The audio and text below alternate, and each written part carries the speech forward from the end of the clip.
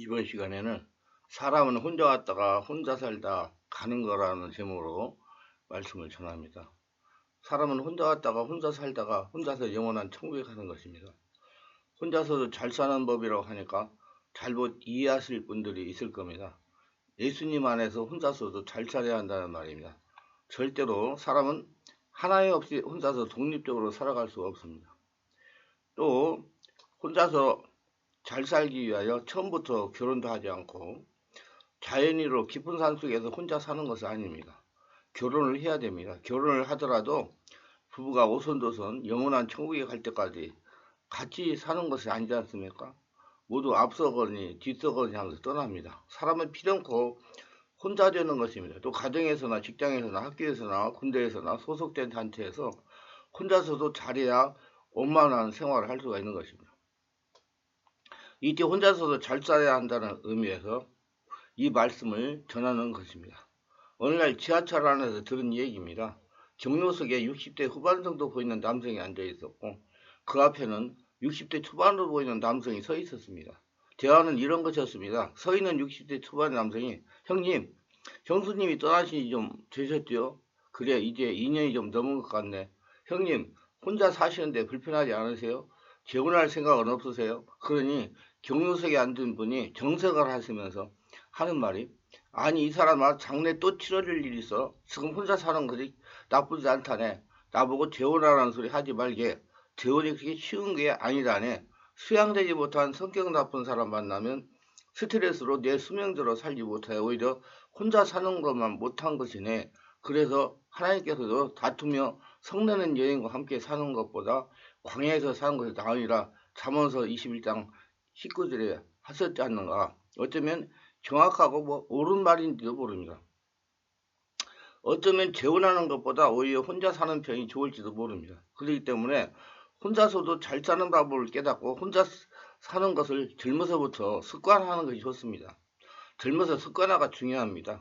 독립적 생활 능력을 길러라는 얘기입니다. 아니, 어려서부터 독립하며 혼자 사는 법을 습관화해야 됩니다. 사람이 나이를 먹으면 자기 생각이 강하고 더 자기중심적으로 됩니다. 자기 말만 하고 자기 생각만 합니다. 그래서 부부가 둘이 살아도 각각이라고 말하는 겁니다. 인생은 결국 혼자 살아가는 것. 혼자 사는 사람은 본래 기대어 살지 않기에 사람에게 실망할 것도 없습니다. 둘이 사는 부부가 혼자라는 생각에 더 외로움을 느끼게 된다고 합니다.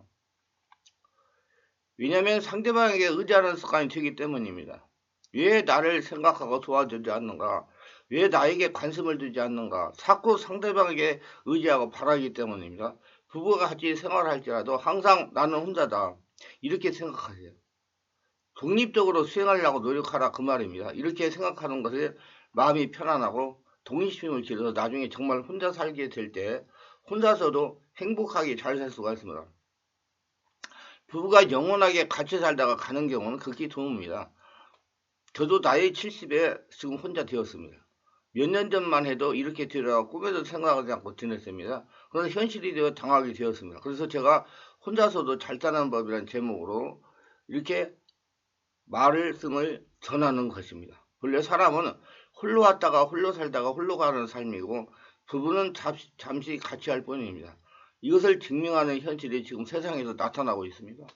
한국 사회의 문제가 혼자 사는 노인의 수가 급속하게 늘고 있다는 것입니다.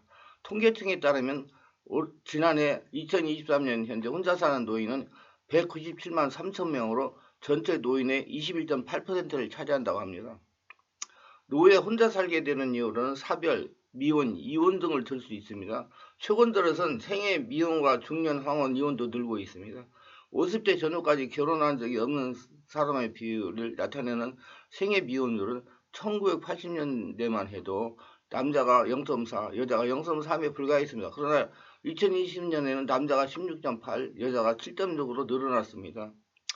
결혼기간 20년 이상인 커플의 중년 황혼 이혼도 늘고 있습니다. 1990년 전체 이혼 건수의 5%에 지나지 않았던 중년 황혼 이혼 비율은 2021년에는 39% 늘어났습니다. 누구나 혼자 사는 것은 필연적이라고 생각해야 됩니다. 남녀가 결혼하여 오손도손 살다가 보면 앞서거니 뒤서거니 떠나기 마련입니다. 자식들도 품 안에 있을 때는 같이 살 수가 있어도 모두 성인이 되면 각각 둥지를 만들어 떠나게 됩니다. 그래서 혼자 사는 것이 꼭 나쁘게 비관적으로 생각할 필요는 없다고 생각합니다. 미리 알고 대비하면 됩니다. 무엇보다도 건강관리를 잘해야 됩니다. 건강하지 못하면 혼자라도 살아갈 수가 없습니다. 많은 분들이 말하기를 은퇴하고 자기관리가 중요하다고 봅니다.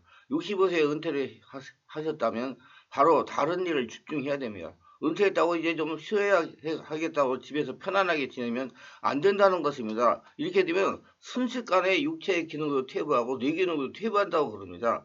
점점 퇴보하게 되어 치매에 걸리기도 하고 여러 가지 장기의 질병이 생기게 하고 뼈와 관절의 문제가 발생한다고 합니다. 암이 발생하기도 한다는 것입니다. 그래서 은퇴하고 바로 온몸을 움직이는 생활을 하고 온몸을 움직이지 못한다고 하면 산책이라도 하루에 1시간 정도 하라고 권면합니다. 그래야 80에서 90세까지 건강하게 지낼 수 있다고 합니다. 요즘에 인생 120세라고 하지 않습니까? 은퇴하고 삶이 아주 중요하다는 것입니다. 다른 문제는 경제적인 문제입니다. 특별하게 통계에 의하면 여성들이 남성보다 40년 오래 산다고 합니다. 대부분 여성들이 경제적인 능력이 없어 남편에 의지하여 살아가는 경우가 많습니다. 여성들이 혼자 되는 것을 미리 준비하기 위하여 경제적인 독립을 해야 됩니다. 어떤 분은 남편이 모든 것을 다 해주다가 남편이 갑자기 치매가 찾아와서 요양원에 입원을 하게 되니 경제적인 문제가 발생하여 발을 동동 구르는 것을 봤습니다. 왜냐하면 남편이 통장 관리를 해가지고 비밀번호를 모르니까 그 현금을 인출할 수가 없는 것입니다. 부부가 서로 혼자 되는 것에 대비하여 경제적인 문제를 스스로 해결할 수가 있어야 됩니다. 다른 문제는 일상생활을 독립적으로 수행할 수가 있어야 된다는 겁니다. 65세 이상 노인들이 제일 중요한 것이 일상생활을 독립적으로 수행하는 겁니다. 일상생활을 독립적으로 수행하는 분들이 대부분 건강하다고 합니다. 저도 지금 일상생활을 독립적으로 수행하려고 노력을 많이 하고 있습니다. 스스로 자기관리를 하기 때문입니다. 내가 챙겨가지고 해야지 해줄 사람이 없다고 생각하고 해야 되기 때문에 여러 가지로 신경을 쓰고 손발을 움직이고 하기 때문에 건강에 저는 상당히 좋다고 생각합니다. 자신의 건강 문제를 비롯하여 의식주 문제를 독립적으로 수행할 수 있도록 젊어서부터 준비하고 실습하고 실천해야 됩니다. 의존성이 있는 노인분들은 혼자 세웠을 때 저치하기 어려울 것입니다. 혼자 사는 노후에 대비한 준비 중에도 가장 중요한 건 외로움을 견디는 능력, 즉 고독 극복 능력을 키우는 일입니다. 현역 시대에 어느 정도 노후 자금을 마련해 경제적인 문제를 해결한다고 하더라도 고독에서만 벗어나기가 쉽지 않은 것이 사실입니다. 물론 고독 극복 능력을 키운다는 생각 때문에 고립된 생활을 자초해서는 곤란합니다. 혼자 살더라도 의미 있는 일을 하고 자신에게 맞는 취미 생활을 하면서 새로운 공동체에 편입하기 위한 노력을 해야 됩니다. 고립을 피하는 데 가장 중요한 것은 주거 형태입니다. 자녀와 같이 살기를 희망하지 않는다면 결국 이웃만한 복지시설이 없습니다. 이건 평소 이웃과 잘 지내야 하는 이유입니다. 아파트를 예를 든다면 큰 평수보다는 작은 평수를 준비하는 것이 좋을 것입니다. 부부가 같이 살다가 혼자 되어도 감당하기 쉬울 것입니다. 결국 혼자서도 잘 살아야 됩니다. 혼자 되었다고 낙심하거나 외로움을 가지고 살아가면 되지 않습니다. 고독을 즐기는 사람이 되어야 됩니다.